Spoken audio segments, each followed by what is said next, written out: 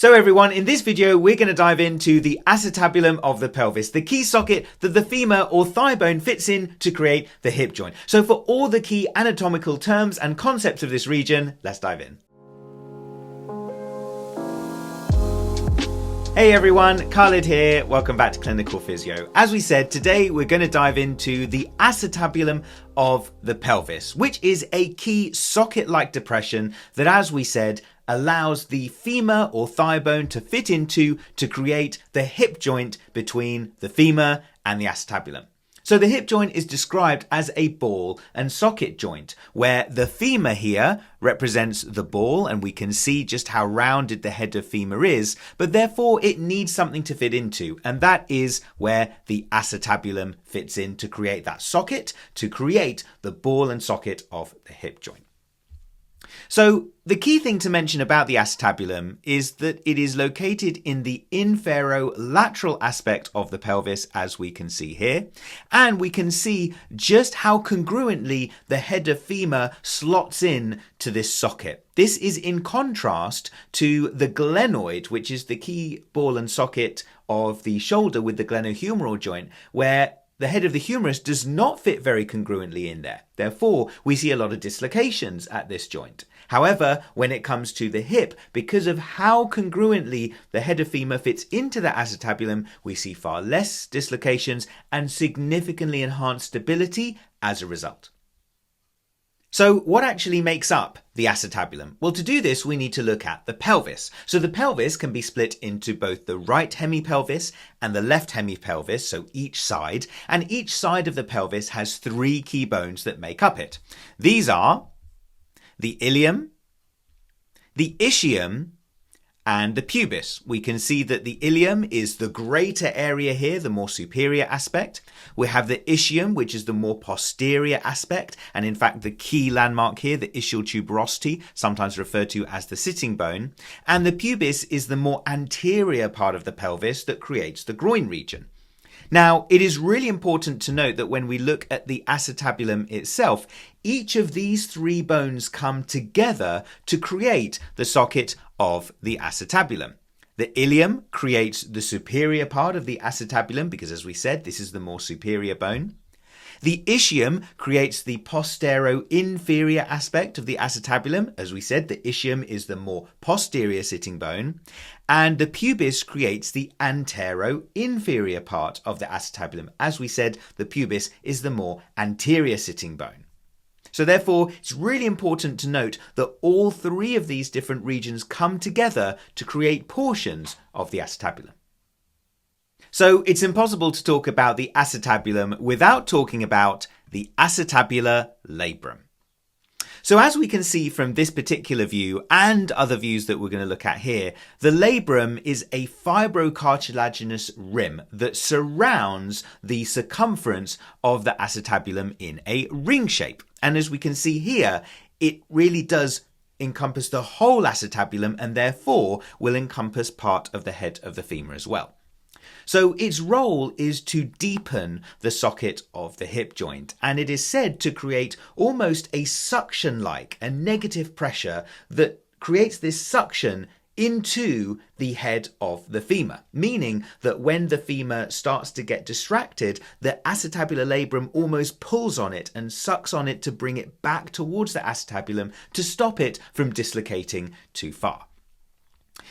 The acetabular labrum is said to merge with the hyaline cartilage of the acetabulum, which is the key soft tissue cartilaginous area that the head of the femur will move against in order to create movement at the hip joint. So we've got these two key cartilaginous structures here effectively. The labrum, the rim around the outside that creates this negative suction-like pressure, and the hyaline cartilage of the acetabulum itself that allows for smooth movement with the head of femur.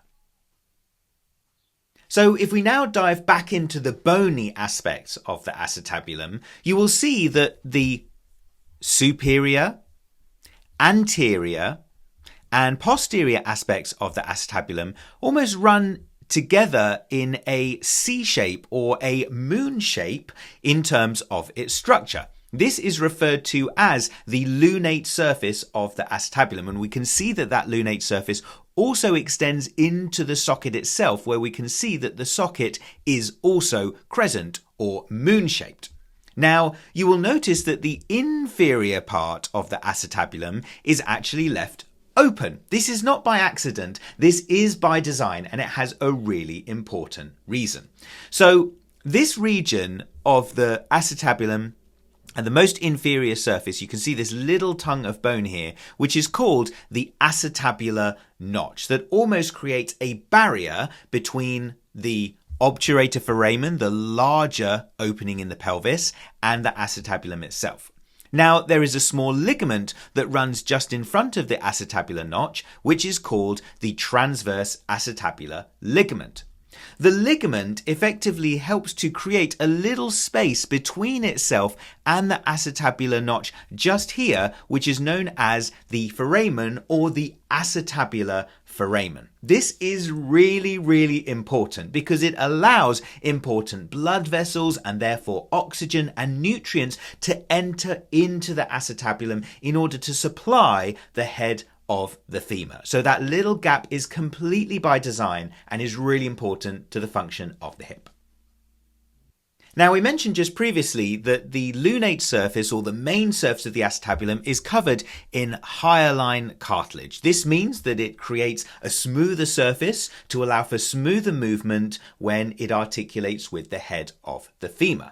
However, you'll notice that there's this area in the middle of the acetabulum that isn't covered by hyaline cartilage. This area is referred to as the acetabular fossa, and it is by design that it isn't covered with hyaline cartilage and that this area doesn't quite articulate with the femur. And that is because there is a really important structure that originates from here, and that is the ligamentum teres.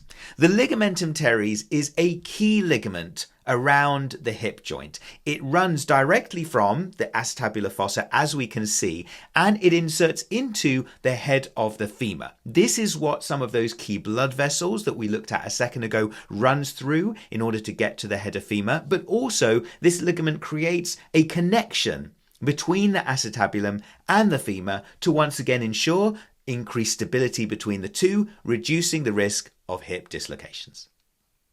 So everyone, if you enjoyed this video, please support us by smashing that like button. It's the #1 way that you can support our channel. And remember, we've got loads of brilliant further resources on our Instagram account @Clinical Physio. Give us a follow there for more brilliant resources for physiotherapists. Now, if anatomy is what you need more of, please do check out our membership platform, member.clinicalphysio.com. As a part of membership, you will get access to our anatomy bootcamps. We have loads of these. We have the shoulder anatomy bootcamp, the foot and ankle anatomy bootcamp, the knee anatomy bootcamp, the wrist and hand anatomy bootcamp, and of course, the hip anatomy bootcamp like we've been running through today. So this will give you even more anatomical resources to help you with your learning of the hip. Once again, link in the description below for membership, member.clinicalphysio.com.